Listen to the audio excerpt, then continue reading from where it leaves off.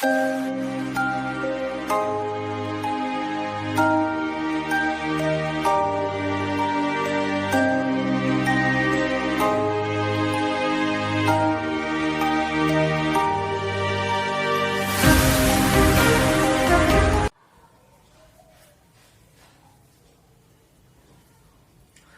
है आप सभी का आज की कक्षा में।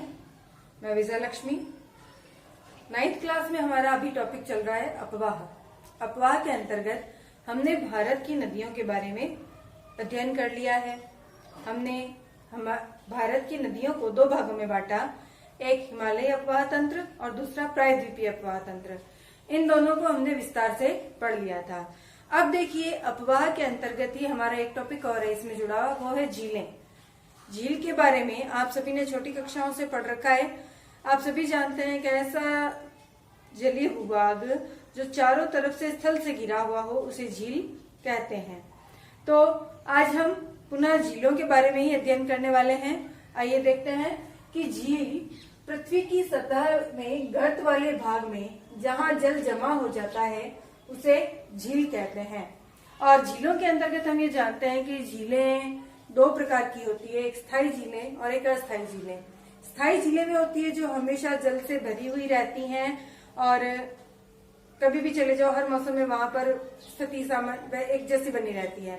लेकिन अस्थायी झीलें हम उन्हें कहेंगे जो मानसून के टाइम तो बन जाती हैं और जैसे ही मानसून चला जाता है धीरे धीरे उन झीलों का जल जो होता है वो सूख जाता है और फिर वो एक सूखे गड्ढे के रूप में आ जाती हैं। तो इस प्रकार से हमारी झीलें स्थायी और अस्थायी दो कैटेगरी में हो गई। अब इसके अलावा एक तो होती है प्राकृतिक झीलें जो प्रकृति द्वारा निर्मित है, और कुछ झीलें अब विज्ञान ने इतनी प्रगति की है, हमारे प्राचीन काल में भी झीलों के निर्माण के वृतांत हमें मिलते हैं। तो कुछ झीलें तो है प्राकृतिक और कुछ हो गई मानव निर्मित। तो इस आधार पर हम अब देखते हैं कि झीलों के निर्माण की प्रक्रिया क्या क्या हो सकती है। तो सबसे पहले जो झीलें बनती है इनके निर्माण की प्राकृतिक प्रक्रियाओं के बारे में हम पढ़ते हैं। तो एक बनती है, देखो, भूगर्भिक क्रियाओं द्वारा झील का निर्माण। तो पृथ्वी के संरचना के अंतर हमेशा कुछ न कुछ चलता रहता है, भूगर्भिक हलचलें होती रहती है, जिसके परिणाम स्वरूप क्या होता है, कई बार भूकंप आते हैं, चट्टानें सरक जाती है, कई बार कहीं पर दरार भी आ जाती है। तो इसी प्रकार से इन्हीं भूगर्भिक क्रियाओं द्वारा किसी एक स्थान पर यदि भूमि अंदर धंस जाती है या एक गड्ढे का सा आकार बन जाता है, तो इस प्रकार की भूगर्भिक क्रियाओं से झीलों का निर्माण हो जाता है। यहाँ हमारे कश्मीर की वुलर झील जो है वो इसी प्रकार की प्रक्रिया से निर्मित है। दूसरी हम देखें तो जब हमने नदियां पढ़ी थी तब हिमालयन नदी तंत्र के अंतर्गत हमने पढ़ा था कि अधिकांश नदियां क्या हो रही थी, हिमानियों से निकलती थी। हिमानी किसे कहते हैं, एक ऐसा भूभाग जहाँ पर बहुत ज्यादा मात्रा में बर्फ जमी रहती है और तापमान बहुत कम होता है। तो ऐसे स्थानों पर जो होता है वो जल नहीं होता है, वो नदी पानी जो होता है वो पूरा बर्फ के रूप में रहता है और धीरे धीरे सरकता रहता है, ठीक है ना। तो इस प्रकार से जो हिमानियां होती है यहाँ से कई बार बहुत बड़े आकार में चट्टान के रूप में बर्फ की शिलाएं खिसक जाती है, और जब ये शिलाएं खिसकती है तो ये अपने साथ काफी सारी बड़ी अन्य चट्टानों को भी धकेलते हुए ले आती है। तो इस प्रकार की क्रियाओं से कई बार क्या होता है कि झीलों का निर्माण हो जाता है, ठीक है ना। थर्ड वन आती है हमारी नदियों द्वारा मार्ग परिवर्तन से। तो हमने जब नदियां पढ़ी थी तब हमने देखा था कि नदियां बार बार अपना मार्ग जो है बदल लेती थी। तो इस कारण से नदी का मार्ग स्थिर न रहने के कारण हमारी नदियों के अंदर बाढ़ आ जाती है। नदियों का स्थिर न होने के कारण कई बार हमें ये पता ही नहीं चलता है कि किस तरफ पानी का बहाव जाएगा, और उसके कारण काफी सारा नुकसान भी हो जाता था। हमारी जो नदियां हैं वो विभिन्न प्रकार से मार्ग परिवर्तन करती रहती हैं, और इस प्रकार से जब ये मार्ग परिवर्तन करती हैं, एक बार इधर से ऐसे बहा जल और फिर दूसरी बार सीधा आ गया, तो यहाँ पर क्या हुआ, ये एक आकार बन गया, बीच में स्थल जल इकट्ठा हो गया, चारों तरफ से इसने नदी के बहाव ने क्या किया, अवसाद जमा कर दिए, ऊंचाई आ गई। तो धीरे धीरे यहाँ पर क्या हुआ, एक बड़ी मात्रा बड़े गड्ढे के रूप में पानी इकट्ठा होना शुरू हो गया, और ये क्या हुआ, गोखुर झील का निर्माण यहाँ पर इस प्रकार से नदियां करती हैं। तो नदियों के मार्ग परिवर्तन से बनने वाली झीलों को हम क्या कहते हैं, गोखुर, ठीक है ना। फिर आता है स्पिरिट या रोधिका। ये क्या होता है कि जब हमने तटीय क्षेत्रों के बारे में पढ़ा था ना, तब मैंने आपको बताया था कि समुद्र की लहरें स्थल की तरफ आती हैं। जब समुद्र की लहरें स्थल की तरफ आती हैं, देखिए हम इसको इस तरह से समझ सकते हैं, जैसे ये भारत का नदी तटीय किनारा है, तो यहाँ से पानी क्या होगा, समुद्र से स्थल की तरफ आएगा। जब ये जल इस तरफ आता है तब अपने साथ काफी सारा अवसाद लाता है, और ये जब वापस लहर जाने लगती है तब क्या होता है, आएगी जब तो इसका प्रेशर खूब तेज होगा, और जब वापस जाने लगती है तब इसका प्रेशर क्या होता है, डाउन हो जाता है। और जब डाउन प्रेशर होता है तब इसके साथ जो अवसाद आया था वो वापस जाते समय क्या हुआ, यहीं पर रुक गया। पानी के साथ जो भी अवसाद आए थे वो क्या हुआ, धीरे धीरे यहाँ रुक गए। और ये प्रक्रिया अनवरत चलती रहती है।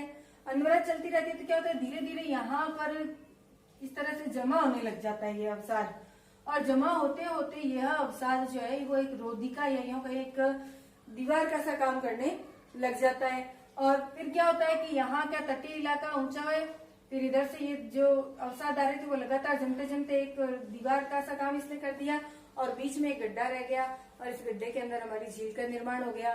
तो इस प्रकार से जो झीलें होती हैं इनको लेगून झीलें कहते हैं।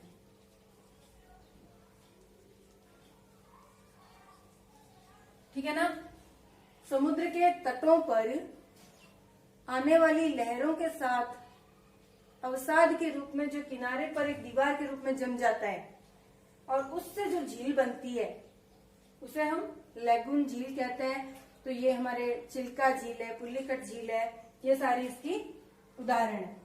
फिर देखिए वायु अपर्दन से, राजस्थान का पश्चिमी इलाका बालूका स्तूपों के लिए फेमस है, और बालूका स्तूपों के बारे में हम जानते हैं कि यह हवा के साथ अपना स्थान परिवर्तन करते हैं।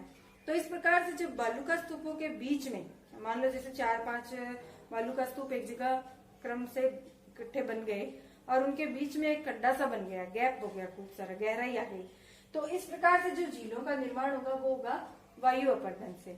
ठीक है। ये कहाँ पाई जाएंगी, पश्चिमी राजस्थान में, या यूं कहें रेतीले इलाकों में। तो ये सारे जो तरीके हैं ये हैं प्राकृतिक। ये प्राकृतिक तरीके से हमारी झीलों का निर्माण हो रहा है, भूगर्भिक क्रियाओं द्वारा, हिमानियों द्वारा। अब देखिए इस भूगर्भिक क्रियाओं में आप केटर झीलें जो होती है, केटर झील उसे कहते हैं, जैसे मान लो ज्वालामुखी विस्फोट के बारे में हम पढ़ते हैं ना, कि एक जगह पर जब ज्वालामुखी फटता है तो किस तरह से फटता है, एक धोरे के रूप में, इस तरह से यहाँ से ज्वालामुखी फटा और लावा निकलता गया। एट लास्ट क्या होगा, इस जगह पर इस तरह से आकार शेष रह जाएगा प्याले की तरह, और ये जो खड्डा बन गया इसके अंदर पानी भर जाएगा तो एक झील का रूप ले लेगा। तो इस प्रकार से जो झीलें होती हैं इनको हम केटर झीलें कहते हैं। ठीक है। तो भूगर्भिक क्रियाओं द्वारा, हिमानियों के स्खलन से, नदियों के मार्ग परिवर्तन से, समुद्र तट पर रोधिकाओं के निर्माण से, और वायु के अपर्दन से, ये कुछ तरीके हैं जिनके द्वारा झीलों का निर्माण प्राकृतिक रूप से होता है। अब इसके अलावा मानव निर्मित, यानी कि नदियों पर बांध बनाने से भी झीलों का निर्माण होता है। हमने बहुत सारी नदियों पर बांध बनाए, नदी घाटी परियोजनाओं के बारे में आपने पढ़ा। तो इस प्रकार से जिन झीलों का निर्माण हुआ वो सारी मानव निर्मित झीलें हैं, जैसे इसका उदाहरण हो गया अपनी गुरु गोविंद सागर झील। ठीक है ना। अब हम आते हैं कि भाई झीलों के बारे में हमने पढ़ लिया, झीलों का निर्माण कैसे होता है ये पढ़ लिया, झीलें प्राकृतिक होती हैं, मानव निर्मित होती है, स्थायी भी होती हैं, अस्थायी भी होती हैं, इतना हमें पता चल गया। अब हम देखते हैं कि इन झीलों के लाभ क्या हैं। सबसे पहले तो झीलें जो है वो जलीय तंत्र को संतुलित बनाए रखती है। कैसे, जब बहुत तेज बरसात होती है तब ये बाढ़ को नियंत्रित करती है, क्योंकि झीलें होंगी तो पानी क्या होगा, झीलों में इकट्ठा हो जाएगा और वो किसी क्षेत्र में लगातार बहाव से बचेगा और बाढ़ के आने की स्थिति को कंट्रोल करेगा। ठीक है ना। और दूसरी, जब सूखे का समय होगा, जब मानसून नहीं है, उस समय ये झीलें हमारे जल की उपलब्धता का काम भी करती हैं। तो इस प्रकार से हमारी झीलें क्या करती है, जलीय परितंत्र को संतुलित बनाए रखती है। इसके अलावा झीलों के ऊपर जलप्रपात बना करके हमने जल विद्युत उत्पादन के बारे में भी पढ़ रखा है। तो जल विद्युत उत्पादन के लिए भी हमारी झीलें क्या है, काफी लाभदायक है। फिर झीलें जहां जहां है वहां काफी अच्छे पर्यटन स्थलों का विकास हुआ है, क्योंकि प्राकृतिक रूप से वो जो इलाका होता है वो खूब सुंदर हो जाता है। स्वच्छ जल की उपलब्धता से वहां खूब हरियाली भी हो जाती है।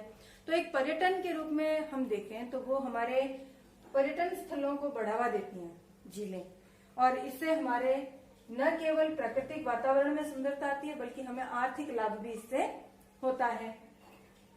ये हो गई झीलों के लाभ। अब देखिए, झीलों के अलावा हमने नदियों के बारे में पढ़ा था। नदियां भी हमारी अर्थव्यवस्था को एक बहुत महत्वपूर्ण रूप से प्रभावित करती हैं।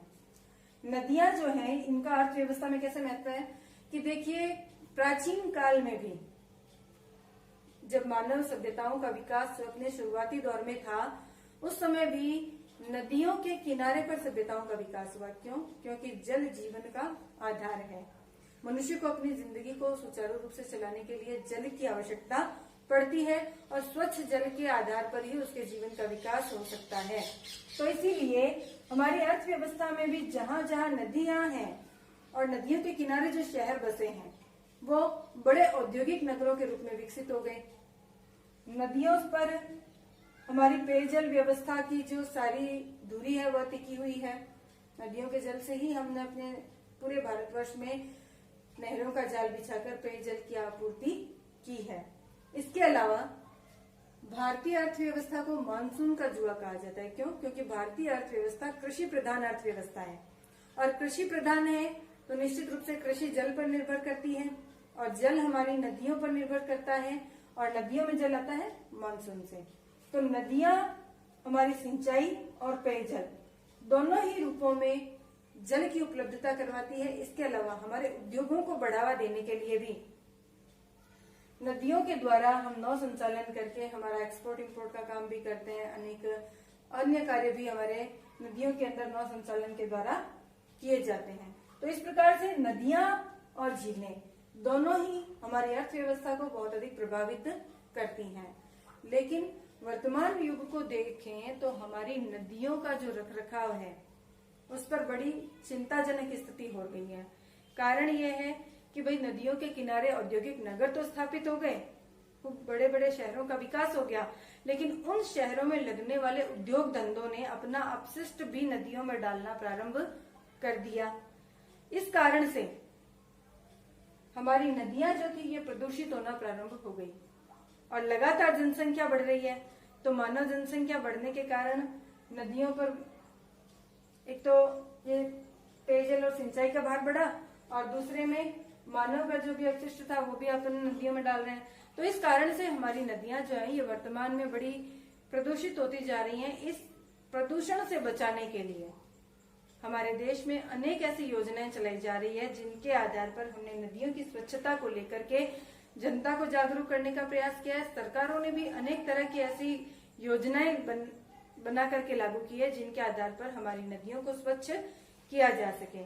हमने जब नदियां पढ़ी थी उस समय मैंने आपको बताया था कि नमामि गंगे करके एक गंगा नदी की स्वच्छता के लिए अभियान चल रहा है, नर्मदा बचाओ करके नर्मदा के लिए चल रहा है, और अन्य भी क्षेत्रीय स्तरों पर नदियों के प्रदूषण को रोकने के लिए और इनकी स्वच्छता को बनाए रखने के लिए अनेक प्रयास किए जा रहे हैं।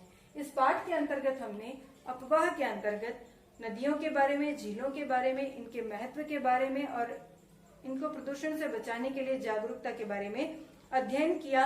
इसके प्रश्नोत्तर को ध्यान से देखेंगे। इनके प्रश्नों के उत्तर हमारे लेक्चर के बीच में लगभग सबके आ चुके हैं। यदि फिर भी किसी को कोई डाउट हो, कोई उत्तर न मिल रहा हो तो आप पूछ सकते हैं। और इस तरह से हमारे इस किताब के 3 चैप्टर कंप्लीट हो जाते हैं। अब हम नेक्स्ट में अर्थव्यवस्था के बारे में अध्ययन करेंगे।